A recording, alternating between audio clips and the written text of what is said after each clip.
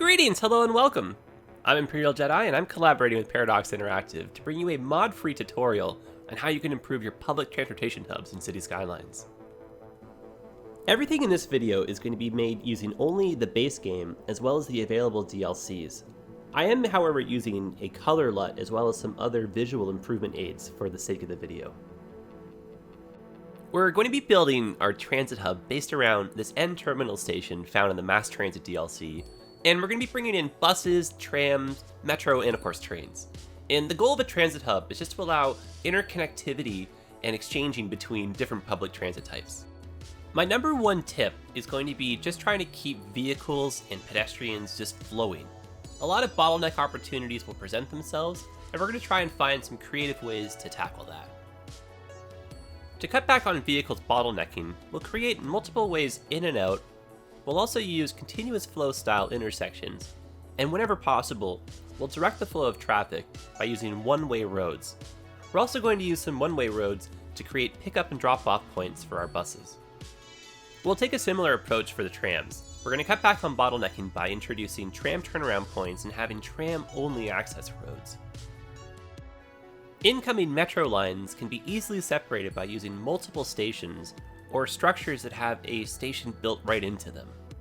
Bringing in this many forms of public transit and encouraging our sims to transfer between them is going to generate a lot of pedestrian traffic.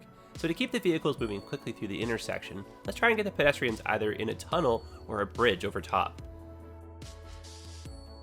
When placing your vehicle transit lines, just try to spread them out as much as possible, and definitely utilize all the entrances and exits to the transportation hub. And now that our infrastructure is in place, it's time for us to do some detailing. And this can be as simple as drawing down a pathway next to a road, lining that pathway with some trees and a fence, or if you wanted to, we could start using things like benches, trash cans, pavilion, light stand, or maybe some of our favorite other assets or props from our DLC packs. Doing a flyover of the city with the traffic map showing, we can actually see the reduction in some of the hotspots as a result of us putting the transit hub in. Now less cars are on the road because we have more people taking transit. We can measure the success of our transit hub by looking at both the overall traffic in the city as well as the ridership numbers for our public transit. If we're doing our job correctly here, we should see a rise in both. More sims using public transit means less cars on the road. And less cars on the road means your service vehicles, your transportation vehicles, as well as deliveries will get around the city a lot better. So you should see an improved traffic flow throughout your whole city as a byproduct of having a good transportation line. Well, hopefully you found some inspiration for your own transit hubs. I'm ImperialJedi, I appreciate you watching. If the video's been helpful, drop a like. If you haven't already, definitely subscribe. And we'll see you guys in the next one.